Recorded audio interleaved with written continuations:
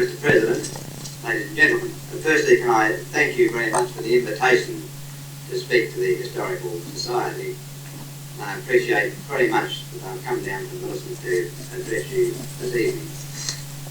Reference has been made to the fact that I served under 7 premiers. That is perfectly true. And strange as it may seem, no other Member of Parliament has served in the South Australian Parliament under 7 premiers during the last 50 years, other than myself. I did go back to 1930 seeking to find someone else who served under 7 premiers and couldn't find anybody. But I've no doubt if I went back beyond 1930, I'd find some more, because before 1930, back to 1856, premiers changed with a great deal of rapidity in South Australia. Indeed, in the first 34 years, from 1856 to 1890, I think from memory 47 premiers governed in South Australia. Indeed, it got to 1900 when our friend Solomon, who was a member of the Northern Territory, became premier for one day, which is a record in short premierships in the state. But when Dick Kearns rang me and asked me to speak to you, I said, well, look, what would you like me to talk on? Would you like me to talk about the history of the South East? And I know we'd like something on politics in South Australia. I much sooner talk about the history of the South East, and I would suggest to the Society that they get a gentleman up from Millicent called Bruce Towers, who's an extremely entertaining speaker and an authority on the history of that part of South Australia, the Millicent district. Now perhaps I'd better explain a little bit about myself first, in my own political history, before I came into Parliament. My mother and father were always very strong members of the Liberal Party. And after the close of World War II, I was in Dawes Road for 2 years and went home in about 1947 and was influenced very much by quite an outstanding character in the Millicent district. And he decided it would be a good idea if I joined the Labour Party. It cost me 2 shillings and 6pence to join.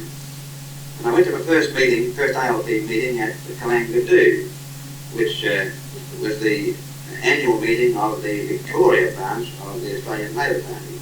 And the guest of honour at the meeting was one Frank Walsh. It was my first and last ALP meeting. James Corcoran was the member for Victoria at the time, and a very close friend of mine, a person for whom I had a very deep respect. And James Corcoran, of course, was quite a remarkable character in that he was with Tom Playford in the 27th Battalion, as was my father and 3 of my uncles. So there was a very strong relationship between Corcoran, Playford and our family. I can well remember in the opening of the RSL Hall in Millicent when Jim Corcoran, as the local member, came down, and he had a booming Sergeant Major's voice. And he spoke at the end of the opening of the RSL Hall and said, "And I would like to say to this meeting that I am a Playford man, even though I'm in the ALP." And Jim Corcoran held Millicent for a very long time. It doesn't matter what his politics were, he had to vote in that particular district. But not finding myself suited to the ALP style of politics, I entered local government and threw all my energies into local politics, becoming a somewhat controversial chairman of the local council. Now when James Corcoran retired from politics, Jim Forbes, who was then the member for Barker in the Federal House, came to me and said, "Look, it's time you stood for politics. He said, we'd like you to stand as the Liberal candidate in the seat of Millicent." And I replied, "Listen, Jim, I can't because I'm not a member of the Liberal Party. He said, well, I've got the list of members here and you're a member." I was quite surprised. I found out that my father had paid my subscription over very many years, and probably I was a member of the ALP and the Liberal Party for a long time.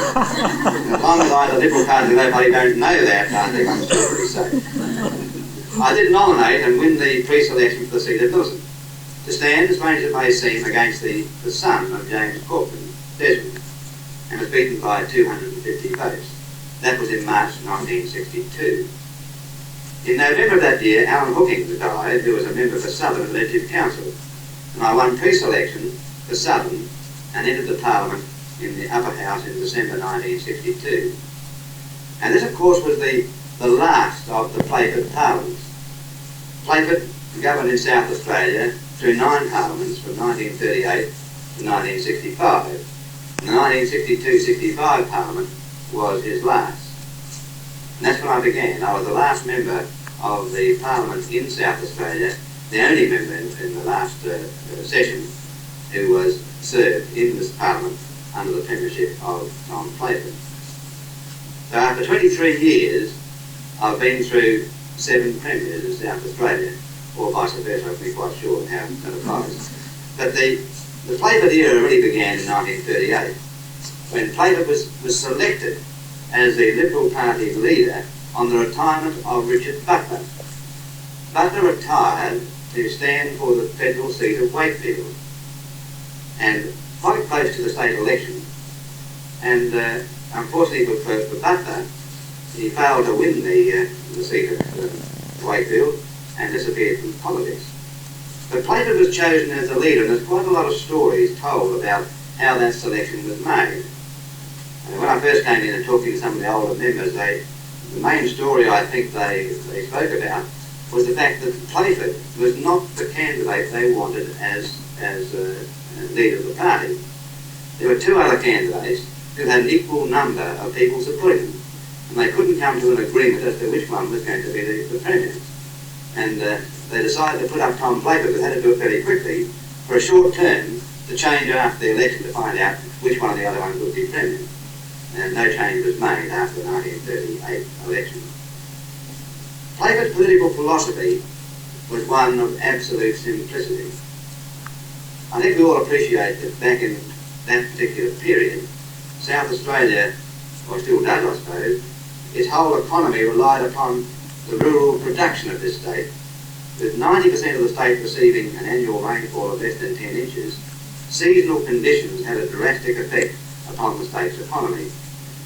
Now, taxation burdens in the state were extremely high compared with the other states of Australia. And during the Depression years, the unemployment problem was more severe in South Australia than in most other states. In Playford's view, South Australia had to seek industrial development, and Playford set about those tasks with almost a religious fervour, with a great deal of success.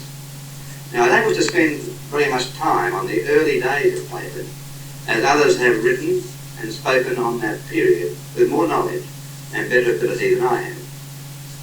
As I said before, I entered the upper house during the last of the 9 Playford parliaments, with Lyle McEwen as the government leader and chief secretary, Colin Rowe as Attorney General, and Norman Jude as Minister of Roads. The Legislative Council at that time had 16 Liberal members with 4 ALP members.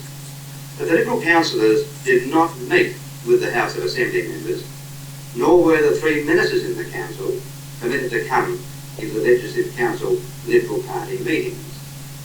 It was an entirely separate group that acted, as they thought anyway, as a House of Review. I can remember one very early party meeting in 1963 when I asked the 13 members of the party how I should vote on a certain issue. I had certain doubts about certain parts of the bill. And I argued it in the party room.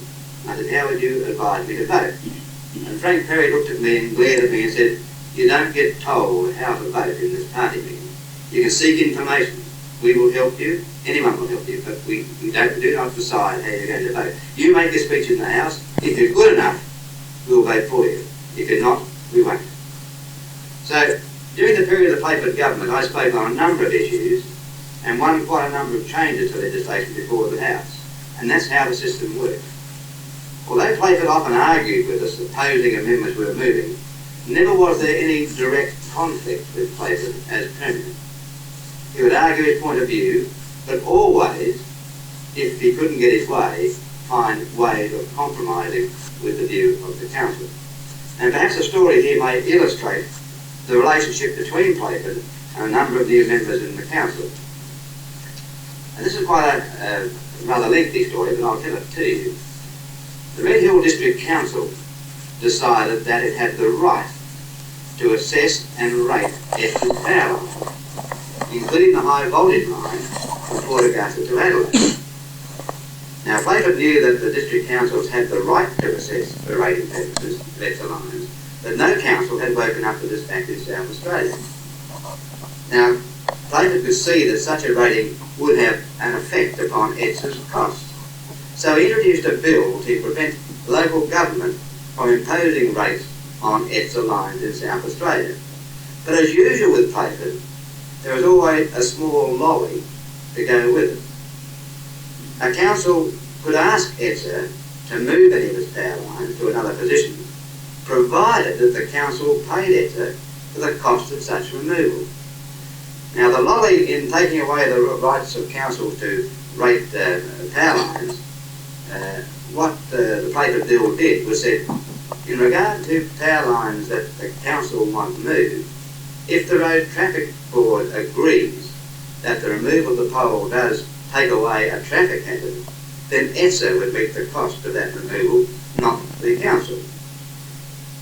Now that was the bill, a very minor bill, and Gordon Gilfillan, Ross Story and I began researching the bill. And somehow or other, we found out that the only council under the clerkship of a gentleman called George Payne had had a number of poles moved in the council over a number of years, and ETSA had sent the bills for the removal of the poles, but Unley had never paid. And ETSA had never prosecuted Unley to try to get their money. We sought information from the Unley Council as to why they did it, and got no answer. We studied the 1945 ETSA statute, but could find nothing in there, except that one section in the 1945 statute said that the Electromotive Generation Act of 1897 applied to anything not covered in the 1945 ETSA Act. So we turned right back to the 1897 statute of the Electromotive Generation Act to find the answer as to why Unley never paid ETSA for the removal of any poles. And said there that any company generating and reticulating electricity had to alter the position of any poles or lines or wires at the request of any local government body, and the company had to meet the cost of such operations. The three of us, of course, were highly delighted with our discovery. And next day in the House, Gordon Gilfillan raised the point first. I spoke second. When I sat down after supporting Gordon, the messenger said, Sir Thomas Playford wants to see you. And I looked up to the back door of the house, and there was Tom looking around with his finger going. So I walked out, and he said, now what are you young fellows up to now? I said, well, you know, you've got a quid pro quo in this bill of yours, where you're saying that councils can't rate ETSA power lines, and you're giving them a lolly to go with it, which is giving them the right to have ETSA pay for the removal of poles. Now, there's nothing in this, because ETSA have got to pay for the removal of poles anyway. And Tom started to laugh. He said, well, look, I think you and Gilfillan better have a cup of tea with me. So we sat down in the Legislative Council lounge and talked it over with Tom. And he said, all right, look, you can see what the point is. What you're saying is exactly right. And I think we've got to come to a compromise between us, which we did, and the bill went through. But that story illustrates the way Playford operated, in the fact that there was always some way he would find through a particular problem. And I'll come to that point again in a later story. Now, although Playford governed from 1962 to 65, it was quite clear that the end of the Playford era was near. He governed from 1962 with the Speaker's casting vote, although the Liberal Party polled less votes on a two-party preferred basis than the ALP in the 1962 election. This particular fact that Playford had governed with less than a majority of votes in South Australia was expertly pushed and promoted by the up-and-coming Donald Dunstan with a great deal of skill. The 1956 Playford distribution gave the Liberal Party, or the LCL as then known, a clear advantage, requiring the ALP to poll 53% of the two-party preferred vote to have an even chance of winning in South Australia. This figure of 53% is confirmed in all the elections after 1956 under that particular distribution. However, I want to point out that I do not agree with the academic publications that claim that Playford only won 2 elections out of 9 from 1938 to 1962, with the ALP polling a majority of votes on 7 occasions, but did not win enough seats to form government. In those 9 elections, Playford had majority support in 7 of them. 1944 is extremely difficult to assess, but I give it as mine ball. But 1962 was clearly an ALP victory. Only one of the 9 elections, won by Playford, and it clearly shown that he did not poll a majority vote. Although the term playmander was used with a great deal of skill by John Dunstan, it was not the only issue that he exploited. The social issues, hotel trading ads, gambling, lotteries, police powers, to mention a few of them. These were social issues to which Playford was always vehemently opposed. 1962 was really the end for Playford, but in 1965 the ALP polled 53.5%, higher than the 53% mark I pointed out to you of the two-party preferred vote. And for the first time since the early 1930s, South Australia had a Labor government. And almost 3 decades of Playfordism came to an end in South Australia. Although John Dunstan had done most of the hard work, it was not Dunstan who became the new Premier, but Frank Walsh, the same gentleman who was the main speaker going into 40 years before. Frank was the last Premier, really, of what one can claim to be the old Unionist class. The 3 following Labor Premiers, Dunstan, Corcoran and Bannon, did not have a tradesman union background. Frank Walsh was a stonemason who worked on the construction of the extensions of Parliament House in the 1930s. He was a kindly man, but not fitted to the modern day leadership of a political party. Perhaps I can tell you a couple of stories of Frank Walsh, which are still told in the bars of Parliament House. He had a habit of getting his words tangled up a little bit, and I remember in the House in reply to a question, Frank said, this question dealt with a letter this person had received. And Frank got up and said, well, yes, like the Honourable Member, I also received a letter from that gentleman in writing. He also said that I flew over Eyre Peninsula today in an aeroplane. But there is one story I've told about Frank Walsh, which is not true. Des Corcoran reminded me that I was using the wrong person. I can't use the person's name because you may well hear that I've told the story to you. But the story is that, and I always thought it was Frank Walsh, but it wasn't. At one particular function, this Member of Parliament had a gathering in which there was a Member of Parliament whose wife was a Lebanese, a very fine woman too. And in welcoming them there, he said, I welcome Mr. So-and-so, or Honourable so-and-so, and his lesbian wife. Des Corcoran has corrected me on the fact that I have told that story on previous occasions about poor old Frank Walsh. It had nothing to do with it. But by 1967, it did become clear that if the ALP was to win the 1968 election, a change of leadership was essential. And Frank Walsh announced his retirement, and 2 candidates stood for leadership, Walsh's protege Corcoran and Donald Dunstan. The talk in Parliament House at that time was that Corcoran had the numbers by 1, but in the vote, Dunstan won by 1 vote. And I can tell you there's a lot of hunting around as to who that one was after that particular vote. So from 1962 to 1967, the Premiership saw the end of the old guard of the Liberal Party and the end of the old guard in the Labor Party, with a new dynamic Premier in Donald Allen Dunstan. But 1967 also saw marked changes in the Liberal Party. Tom Playford retired as leader of the opposition in the House of Assembly, and with due respect to Tom, he was a failure as an opposition leader. The party chose Steele Hall in a close ballot against Bill Nagle. And in the council, Lyle McEwen was elected as president, opening up the position of leader in the council. In a very close ballot, I was elected, being opposed by Frank Potter and Ross Story. 1967 was a new ball game for both parties in both houses.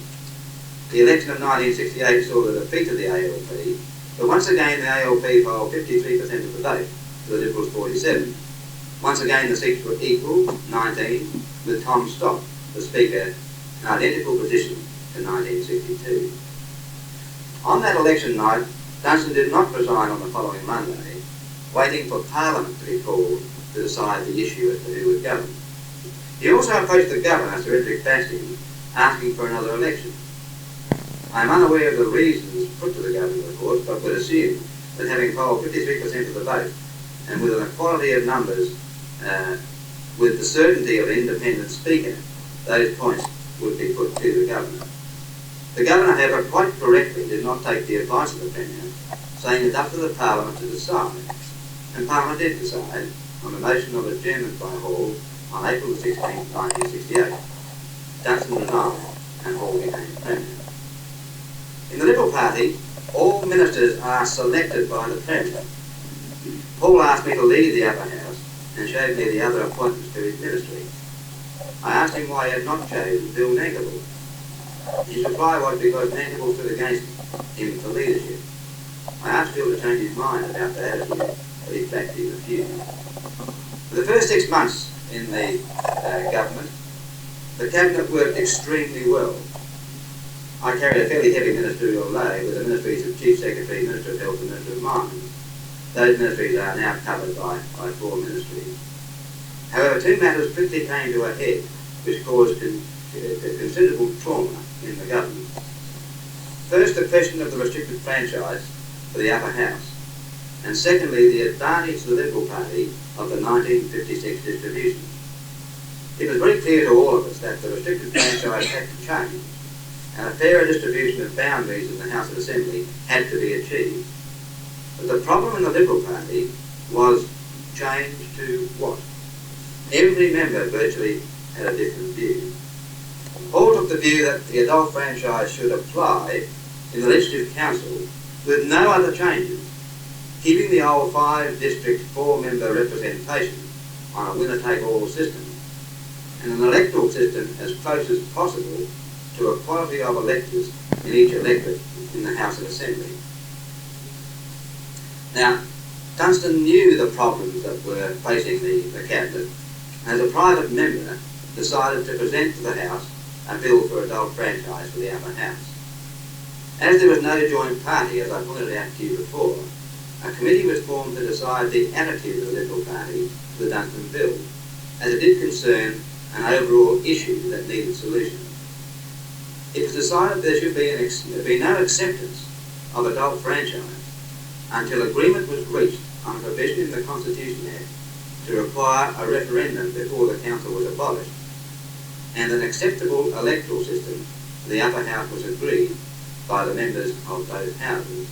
I want to point out to you that one of the difficulties in a constitution like the state constitution is that there is no way in which an upper house can be protected.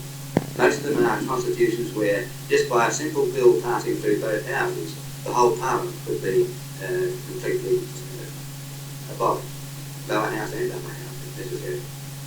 We decided it was necessary to have in the constitution a referendum provision, so that if there was any abolition of the parliament, then it had to go to a vote of the people. Now, Dunstan introduced that bill on the Wednesday following our meeting on this committee, and private members' day before the committee had even begun work. And to our surprise, Hall allowed standing orders to be suspended so the bill would pass the Assembly that day. On Thursday, the bill was introduced in the Council. As the Liberal Party had no policy acceptable to a referendum clause and no policy on a new electoral system, the Council was forced to oppose the bill. It did create a very serious rift in the relationship between Hall and the Legislative Council. The committee between the Council and the Assembly was created in the Liberal Party to try to reach agreement on a voting system for the Legislative Council. Agreement was reached in this committee, but when that agreement was reached, Steele requested that he should join the committee. He was duly appointed. He disagreed with the committee's findings, and no agreement was reached on that committee until 1971. And I have the rather strange belief in this sort of relationship of Steele, that he did not really want to solve the problem of adult franchise. He wanted the thing to remain as it was, to allow a chopping block that he could use whenever he wanted to as a political gimmick. Now, on the question of the redistribution of the House of Assembly boundaries, I was the one who led the opposition to the Hall proposal. My reason for opposition was that the proposal of Hall would require the Liberal Party to gain 53% of the vote to have an even chance of victory. This view was not agreed to by Hall, nor by the party, but proved to be accurate on subsequent elections under the Hall distribution. Cabinet approved the Hall proposals for redistribution, lifting the seats from 39 to 47 and changing the format from 13 city seats to 26 country seats to 28 city seats to 19 country. The bill passed both houses. The 1970 election was held on the new boundaries and won easily by the ALP, but the full advantage of the distribution to the ALP was not clearly seen until the 1975 election, when the Liberals, led by Bruce Eastwood, polled almost 51% of the two-party referred votes, the ALP 49, but lost, with the closest seat 2.8% away from the Liberals. In the 1970, 73 and 75 elections, the Liberal Party would have required 53% of the vote to have an even chance of victory. So opposition to the Hall distribution was justified, although it may be said that the advantage to the ALP in that distribution was in some ways natural justice, following the advantage the Liberals had in the 1956 distribution. Hall was elected as Liberal Party leader as the Liberals replied to the new leader of the ALP in Don Dunstan. Hall possessed a good media image, and in television debate with Dunstan on the question of Chowler and Dartmouth, showed himself capable of handling Dunstan on important issues. Hall, to me, was the enigmatic Premier. He made decisions quickly, very often without giving deep consideration to the question. One prominent Liberal said to me that Hall could not give thought to anything for more than 5 minutes and made decisions without understanding all the necessary information. That, I think, is a fair comment on Steele Hall. At least he can go down in politics, or in political history of Australia, as the only Premier who introduced an electoral system that gave the opposition a drastic advantage. No other political party or Premier has ever done that in Australian political history. In 1970, the Liberal government was defeated, and the next 8 years were the years of Donald Allen Dunstan. Although he had been Premier for about a year, 1967-68, Dunstan did not achieve his full political blossoming until the 70-78 period. His first big political push was against the Legislative Council. The committee of the Liberal Party had finally agreed to an electoral system for the Legislative Council, even though it was still strongly opposed by Steele Hall. In 1972, the Council introduced a bill providing for proportional representation for the Legislative Council. It was based upon 2 districts, 1 city, 1 country, with 12 members in each district, with alternate 7 and 5 members to be elected in each election. In explaining the bill in the House, I pointed out that the Council would consider any variations to the representational side of it, but proportional representation had to be retained. It passed the Council, but was opposed by the ALP in the House of Assembly. It was opposed on the grounds that the country had less voters than the city, therefore they should have less members. Because there was an equality of members between country and city, the bill was opposed. In 1973, the next fight began for the Council. It came to a head with a television debate between Dunstan and myself. During the debate, agreement was reached for adult franchise with a statewide voting system using proportional representation. That was quite a serious television debate, which finally solved the problems that had been going on in reaching a decision for a change in the voting system in the Council. Don Dunstan introduced both bills to the House of Assembly, which passed, and the bills were introduced into the Council. The first bill introduced adult franchise. The second, the ALP's version of the television agreement we reached in the Dunstan debate. The second bill, that is the bill for proportional representation, did not fulfil the agreement that was reached on television. When the bills were introduced into the Council, as Don Dunstan issued his ultimatum, both bills must pass tomorrow, otherwise there will be a double dissolution. The first bill introduced was for the bill for adult franchise, and we decided we could not pass the adult franchise bill until corrections were made to the voting bill. If the adult franchise bill passed, we would be over a barrel on seeking any changes to the proportional representation bill. The threats came again that any adjournment of the adult franchise bill would be treated as opposition and a double resolution called. The House adjourned the bill and proceeded to deal with the voting bill. As a number of amendments were to be drafted to the voting bill, it too was adjourned, and the ultimatum did not eventuate. No move was made for a double resolution. The next 24 hours was probably the most dramatic period that I've had in my experience in the House. Over a period of almost 10 years, I faced Don Dunstan on many occasions in the press, on radio, television, in conferences between the two houses, and although we did not agree on all issues, I did have an admiration for his ability. And he'd always been with me reasonably fair. Only once in that whole period of our rather tumultuous sort of relationship, only once in that period can I say that Dunstan dealt with me unfairly, and that happened in this 24-hour period. Having studied the bill very closely, I rang Bob Doherty, the parliamentary draftsman, pointing out that the government was demanding that the bill be handled tomorrow. Could he give me his time that night to draft the amendments I required? Bob Doherty agreed. We began work at 6 p.m. and completed the drafting about 9 p.m. Doherty asked me if I had any objections if he showed Doherty asked me whether I had any objection if he showed my amendments to Dunstan before the House met next day. I said I had no objection.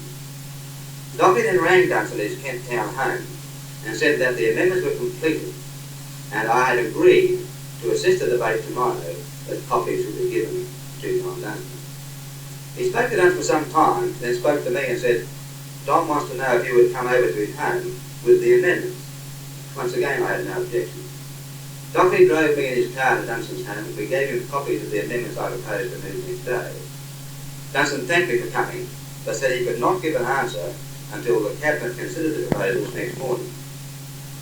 At midday, not having contacted me following the Cabinet meeting, Dunstan called a television interview on the steps of Parliament House. He opened the interview by saying, last night, the Leader of the Opposition, Mr de Garis, came to my house, crawling, begging for mercy. The advertiser the next day ran a full statement, which did me little good in the public mind. Phil Hall also joined the Premier with his statement referring to those creepy crawlies of the Legislative Council. Eric Franklin, the advertiser, came to me saying that the publicity had done a great deal of harm and asking for the truth of the matter. I told him exactly what happened. Some 3 days later, in a small paragraph under the Franklin byline, was the report that Eric Franklin had contacted a public servant who substantiated my version of the story. But the headlines on TV, radio and newspapers are still what people look as the so-called facts that people believe. As I said, it's only on one occasion in our somewhat turbulent relationship that I can claim that Dunstan was unfair or dishonourable, and it was in that 24-hour period. In his 8 years from 70 to 78, Dunstan set about quite a massive legislative program. If one goes through the statutes of the state, you will see in that period the amount of legislation that came before the House. The social issues he had argued during the Playford period came, of course, into full flight. The size of government increased rapidly. The strength of the Premier's office also increased dramatically. For example, the Premier's office under the Playford had a staff of 5. Under Dunstan it grew to over 200. Admittedly, the ministerial responsibilities for Premier's office increased, but a large Premier's department was not a Playford philosophy.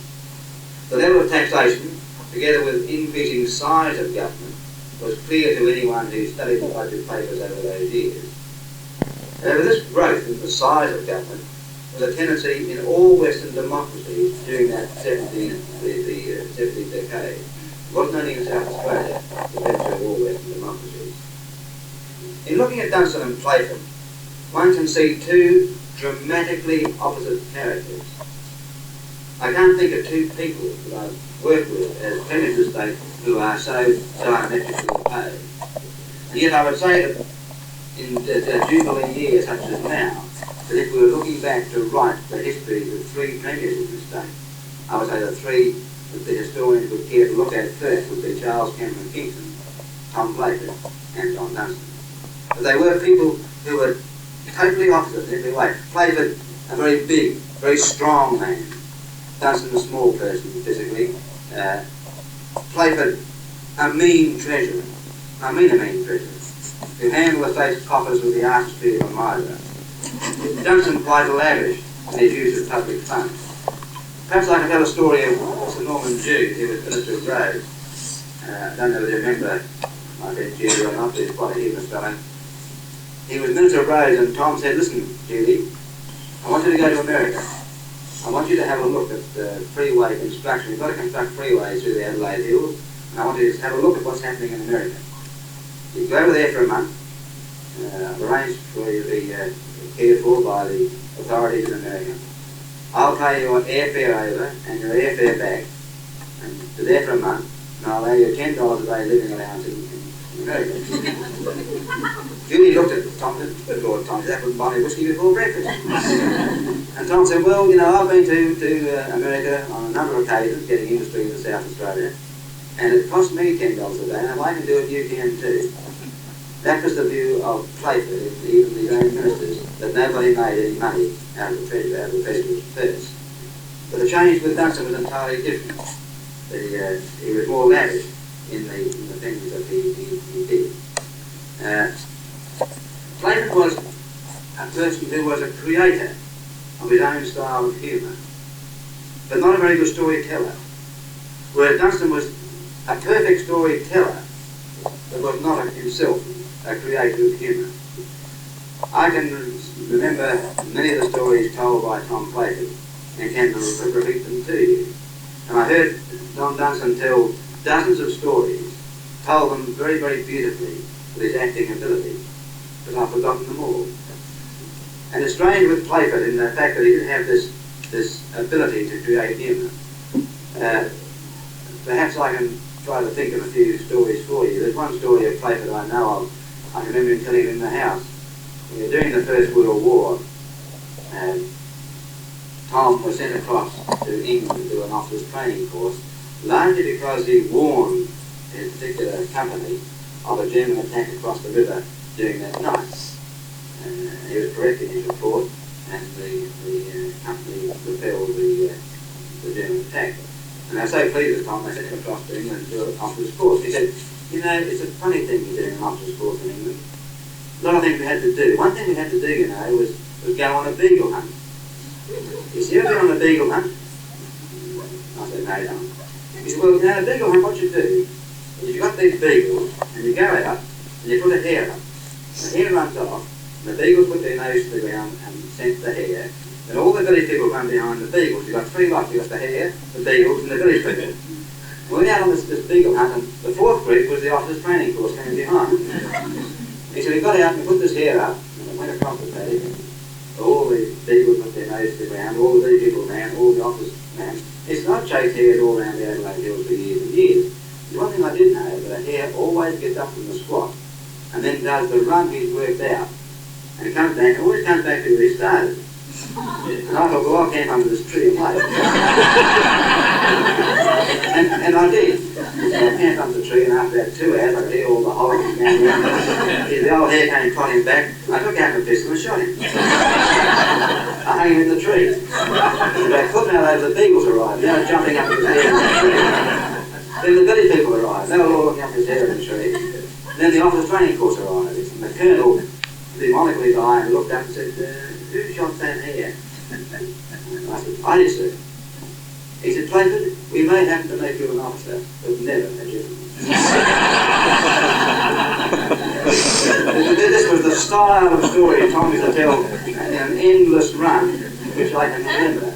But the interesting thing is that all the stories that Tom Dunstan told me told them so beautifully, I can't recall exactly what they were. There's a story too which I can tell you about Playford and a fellow called Bleeding. Bleeding was a minister, and I got this story from two sources. One, the source in Parliament House who told the story, and also in talking to Playford. It appears that First Bleeding was a very keen supporter of the Cats Club. And at this particular stage, the ministry was restricted to two ministers, Playford and Bleeding. McEwen was overseas, Pearson was ill, somebody else was ill. There's only two. And they all had acting ministers, or took the acting portfolios to all the nurses. And Tom didn't know it was the best government ever had in South Australia, first briefing with me. Because First didn't do much work, he wrote all the work and everything was okay. But Briefing always used to go to the tennis club in the morning, his game of dominoes. And he'd walk down to the office, sign his documents and go home. He came down to the tennis club he's acting chief secretary by the way. And he came down to the tennis club this morning, he'd walk in, and there attacked at the door was a police order closing down the tennis club as a common gaming house. He was extremely upset with the fact that his club had been closed down. And stormed across the place and said, "John, what's going on with the tennis club? They're closing down the common gaming house." He said, "No, better call the doctors." So he called the doctors in, of course, and there was his own signature. This was the police had presented to him, and he had signed without reading and tacked on his favourite club, the tennis club. And then listening to Tom Playford tell that story, I asked Tom, "Is that true?" I said, "It's true, yes, it's true, quite true." But I had the sneaking suspicion that somewhere back in that rather quixotic, puckish, impish sense of humour, Tom Playford spoke to the police and said, "Look, put up a docket closing down the tennis club." I think the police did it, and I think First Leading signed it. But the great difficulty following was the fact that everything under the Act of Parliament, there's no way they can get the licence back. Until Danny Hannon, the Crown Solicitor, came up with a solution that they could form a new club, still called the Test Club, but a certain group of people, bookmakers, not be allowed to join, so it was a different club. They found a way around the issue. But I've got a very sneaking suspicion in my mind that that was one of Tom's rather impish little ways of having a humorous shake at First Leading. The other story about First Leading, which I found most interesting, and also in talking about Playford, he had a remarkable memory. He remembered most things that were said in the House, most things he said. There's another story before I start on that one of Playford who was chipped in the party room by somebody saying, "You've changed your mind. You didn't say this 10 years ago when a certain bill was before the House." And Tom said, "Oh, yes, I did. Yes, I did. What I said 10 years ago was this." And he quoted it. Then reached up and got the Hansard back 10 years ago, opened it up, and said, "There you are, that's what I said," and it was exactly what he quoted 10 years later. And this guy said, "Tom, how do you remember all you've said?" He said, "Look, you don't need a good memory, you go straight."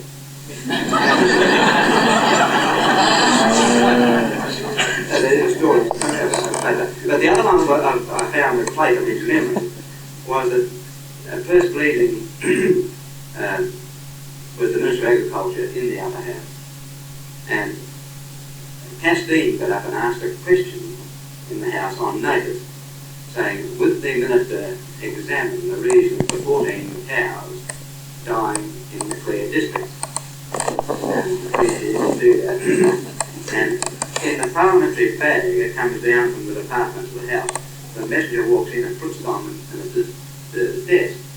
And they opened his bag every time it came down, looking for the answer to this question, but there was no cows dying there at all. So the answer came down, saying that there were no cows dying in Clare, and they slipped their own answer in. So they got up to look at the reply to the question asked on the 14 cows dying in Clare. And I'll just, I got them the case, opened this case, took it out and said, "The department has investigated very clearly the question of the 14 cows dying in Clare, and they found that there's 2 weeds growing in the Clare district and had their long happy names. If a cow takes a mouthful of this particular one, which is starfizzle, it suffers from a Marsden squirm. If it takes a mouthful of the other one, it suffers from a Marsden."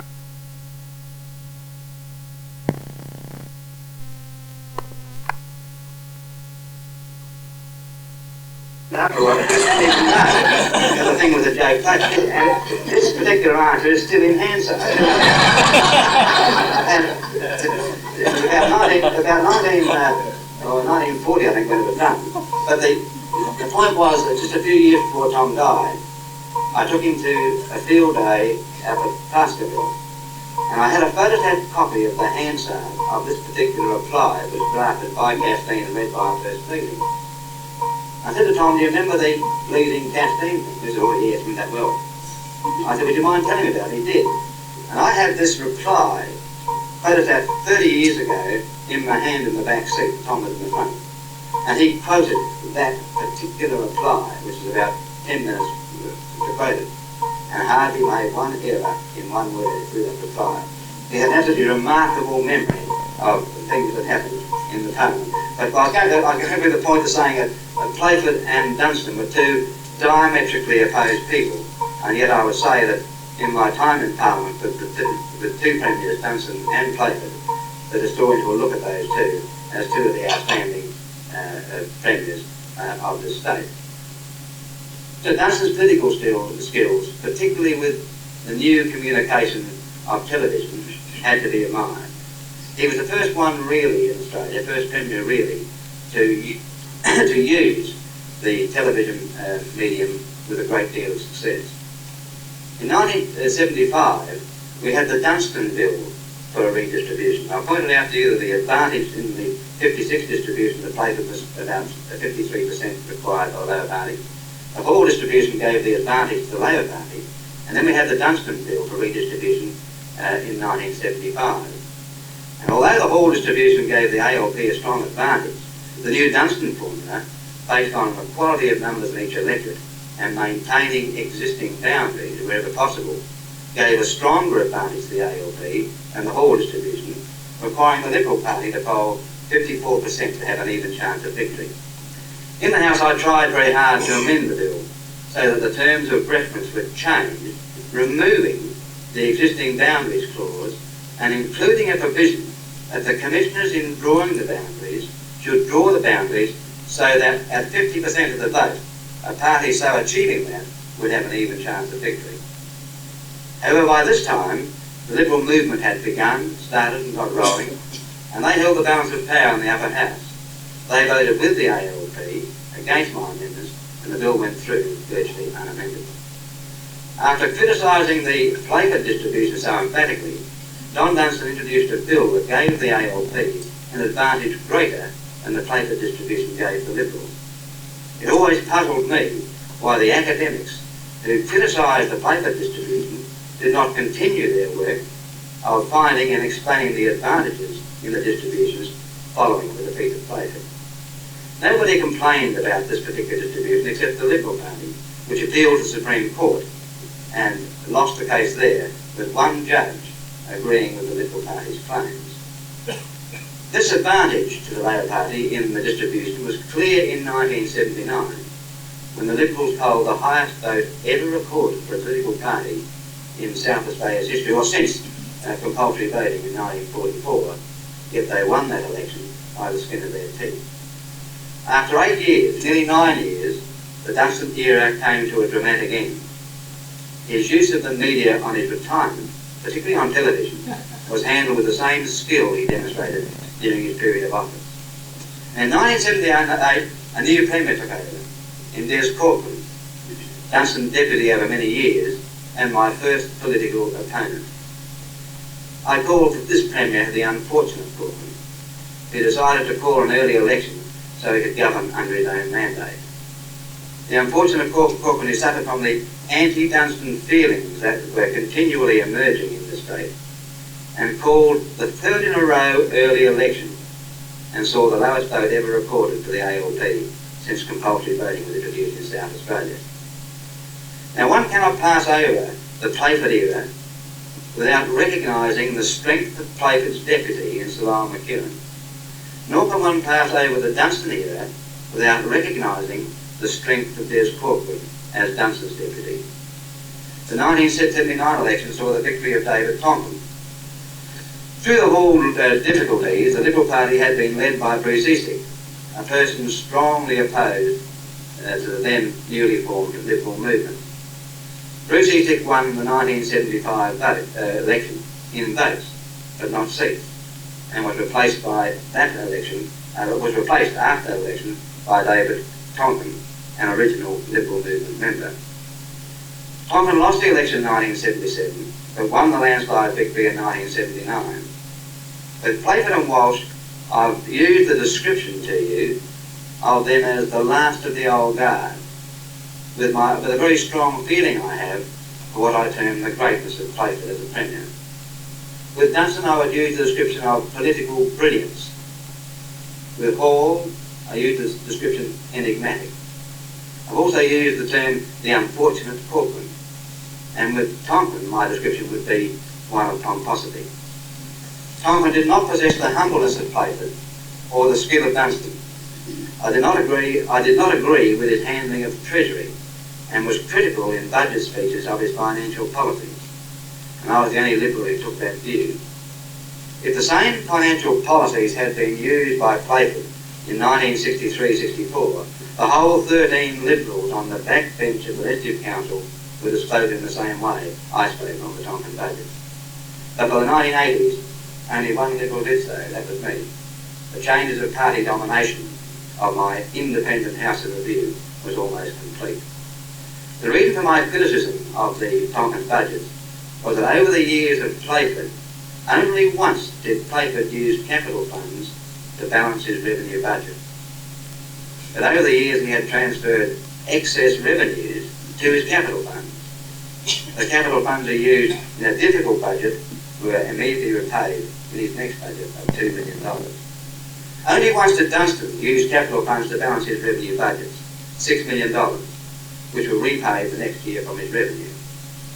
And when Dunstan used $6 million of loan funds to bolster up his budget, strong criticism came from all the Liberals in the upper house quite recently. Over his 3 budgets, David Tonkin as Treasurer absorbed a total of $150 million from capital borrowing to balance his budget. He fulfilled his election promises of abolishing death duties, abolishing large lumps of land tax, policies of which I absolutely approve. But in reducing his revenue income, he did not reduce his expenditure, so he used capital borrowings to fill the shortfall. The 1982 election saw the new ALP leader John Bannon win, with a huge fall in the vote for the Tonkin government, a fall of 6.2%. Following the defeat of David Tonkin, he retired from politics and John Olsen took over as Liberal Party leadership. John Bannon I would give to you as the pragmatist. As Treasurer, he had a formidable task. He had to face the cost of the Tonkin absorption of $150 million of capital funds, the interest burden alone cut into his budgets. And he faced the cost of probably the state's most serious disaster in Ash Wednesday fires. He raised charges, introduced new taxes, FID in particular, but did bring his budgets into line. He faced also some opposition from the left wing of his party, but he handled that particular question with a great deal of ease. Bannon is a totally different character to Dunstan, a totally different character to Corcoran. And to me, I see the 23 years I've been in politics as one coil in a spring. Beginning of the coil with Playford, seeing the end of the old guard, going through the flamboyance of Duncan, going through the pomposity of Tonkin, to what I see as the pragmatism of Bannon.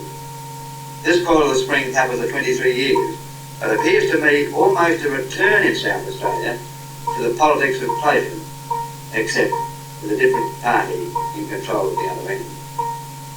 The new distribution of 1982 still gives the ALP a marked advantage.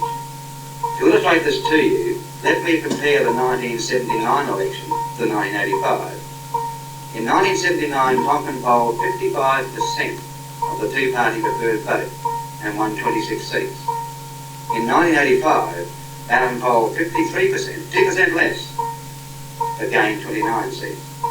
With that advantage still there, and if Bannon holds his present leadership qualities, there may well be a long drought for the Liberal Party in South Australia. The strange changes do take place in the political scene. All I can assure you here is that the Liberal Party requires a good deal more than 50% to win. Now let's go back through my 7 premiers. The end of the old guard in Playford and Walsh, but once again a special comment on what I see as the greatness of Playford. The flamboyance and political brilliance of Dunstan, the enigmatic Hall, who saw himself as the Liberals' Dunstan, the unfortunate Corcoran, the pompous Tonkin, and the pragmatic Bannon. I've enjoyed my 23 years in politics. I've seen many changes. some for the better, others I regret. My deepest regret is the loss of the independence I experienced in my first 10 years in the upper house to now a well-developed party house. In a little book I received from my friend Richard Kearns, I saw a little bit where he said that I'm possibly a maverick in politics. He's probably right. Perhaps I am a maverick, as described in that little publication. But my first experience in politics was with a number of mavericks. And I tried to maintain that independence throughout my career, if one can call that a career. I looked up Webster's dictionary and found that there's one definition there of a maverick, and said that definition was in the US cattle country, an unbranded animal found at mustering, usually sold with the proceeds going to a charitable organisation. Perhaps I should conclude on that thought. I've so much enjoyed it, I'm sure everybody else has, and I'm sure that the very few of us who would listen for 1 hour to even an ex-politician would enjoy it. Can I ask you this question? If Sir Thomas Playford, instead of exercising his consummate political skills to make Tom Stott Speaker, and Mr. Quirk, the independent Labour man, a member of his cabinet, was so stay in office from 1962 to 1965, even considered he gracefully stood aside to let the Labour Party govern, what do you think would have happened in 1965? I wouldn't make any comment on what would happen in 1965 because 24 hours is a long time in politics, as you know. But I do feel that Playford made one bad political mistake in continuing to govern in 1962. That Tom should have retired at that stage. Even if the Liberal Party continued to govern, he still should have retired himself. That was one of the mistakes he made. And I think Tom himself, in talking to him, never admitted to me that he felt that he should have retired. But I had a feeling also that Tom felt that it would have been better if he had retired in 1962. Yes, he should have done that. Well, I can't answer what will happen in 65. I wouldn't make any attempt to predict what happens. You know, there's that many things could happen. If Playford retired, would another Liberal, would Tommy Stott have been president? You know, a lot of things can happen. As a matter of fact, in 1938, wasn't it? Yes, that's correct. 1938 election, there was 15 independent members, 13 Liberal, and 11 Labour. Did I write that out? 15, 28, yeah, that's right, 15, 13, 11. And of course it's very difficult to know which party was going to govern. And Tommy Stott felt that the independent party was the biggest party. And tried to get the independents together to elect him as leader. That's always had 15 leaders. But he did try to get the independent party, the main party, to govern in 1938. But it was Playford, of course, who formed government, and it was supported by Stott at that stage. Mr. Garis, that's something like breaking news to ask you this question. I seem to recall that around 1968, during the crisis thing, that you were reported in the press as saying that the Legislative Council represented, was it the permanent will or permanent interest of people or something? Yes. What did you mean by that?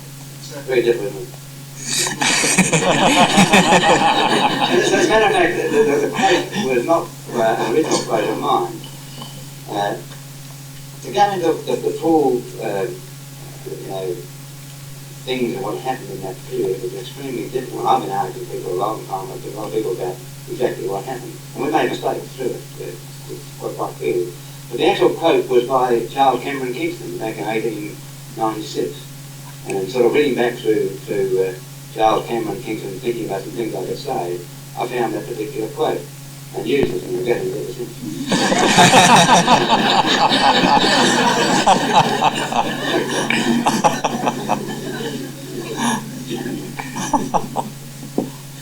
Mr. De Garis, you expressed disappointment in the way that the Legislative Council's role has changed. Yes. If it is in fact just a party house, do you see any role for it in the future? Well, perhaps perhaps I had a strange view to anybody else in regard to the council. I have never felt that the upper house should be an elected house at all. And now I'll probably get thrown out the door in a minute, but that's exactly how I feel. If I want to read anything in the English Parliament, something that's happening there that you want to know to affect your views on legislation here, it's useless going to the House of Commons to read the debates there. The only place you go is to the House of Lords. You do get the best possible information in the House of Lords debate on any particular issue. And I feel there's a lot of people in our community who never will come into politics, whose abilities we should use in a House of Review. Rather strangely, Sir Mark Oliphant very recently came out with the idea that politicians should only be elected for 6 years. I don't know if you read that in the paper quite recently, where he said that after 6 years every politician must retire. I'd go a bit shorter than that if I was Mark, but although he gave, I don't agree with his view on a short-term member of Parliament to serve, I don't agree with it. But I do agree with the reasons he's come to that conclusion. That we do lose a lot of people in the community, a lot of outstanding people, who will never go through the trauma of party, political acceptance and endorsement to get into the Parliament that we should be using. And of course the House of Lords do exactly this.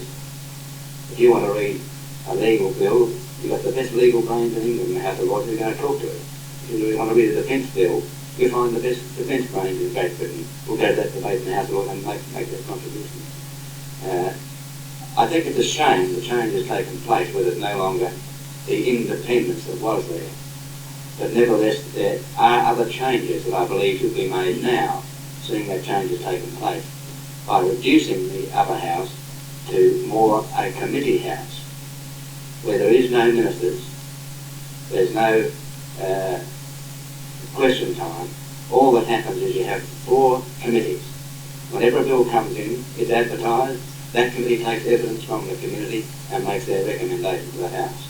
I believe there's a tremendous amount of work that can still be done in the upper house in regard to committee work. And I think most of the Labour boys in the House would agree with that view as well. But if you can get the House working with a committee house on all legislation, not standing up making speeches at the second reading, which becomes more or less the same sort of stuff as going in the House Assembly, but allowing people the access to come in and give evidence on a bill, making their recommendation to the House, so that committee style thing is most important, I believe, for the future of the Council. Now, I could go on talking about this subject for a long time, as you appreciate, and I hope I've answered some of the views you've expressed. But I too am sorry that the independence that was there has now gradually moved to a joint party meeting where decisions are made in the Liberal Party the same way that they've done. I think that's sad.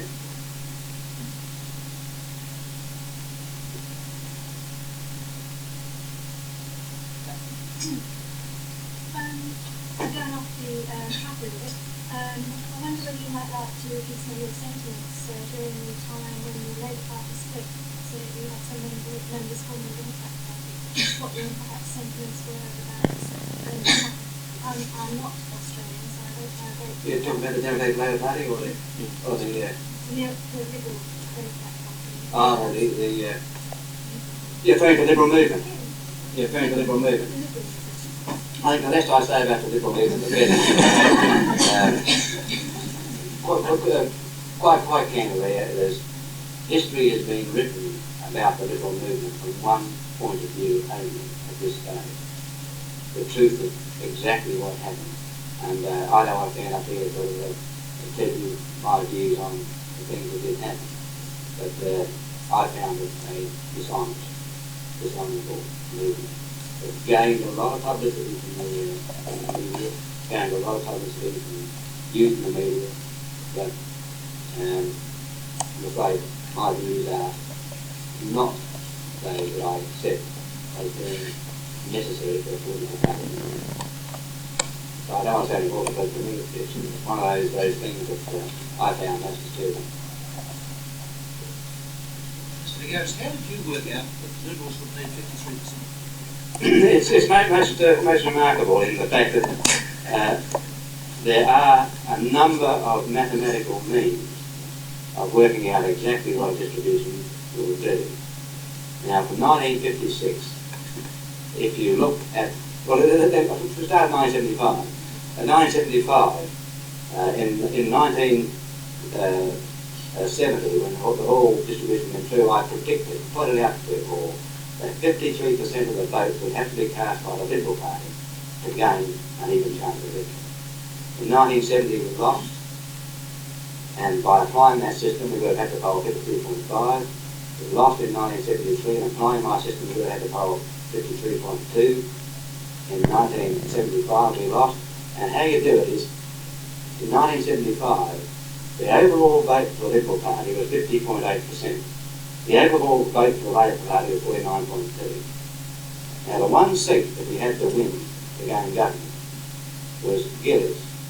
But we had to get 2.8% more in Gillis to win Gillis. Now, you don't just win 2.8% in Gillis. You've got to win 2.8% over the whole of South, those 47 seats, to make sure you get that 2.8% in Gillis. Now, that system applies in every election I've done. And whenever a distribution comes out, I produce a chart pointing out, suggesting in that distribution that a certain percentage of vote, the Labor Party will win so many seats, the Liberal Party will win so many seats. And those charts have been within one seat accuracy in every distribution. I do them before any elections held with that distribution. But it can be done with a great deal of accuracy. And matter of fact, I argued this before the commission chaired by Sir Charles Bright. And in his report, he said that the views that I put up was only actually. And I went to the dictionary to find out what it meant. And found it was divination by dream. I don't agree with Charles Bright, he's wrong, but it is a very accurate way of selection. Very accurate way. In 1979, I pointed out that we had to poll 54% to win. We polled 55. We won by a skin of our teeth accuracy. Now, it is not very accurate.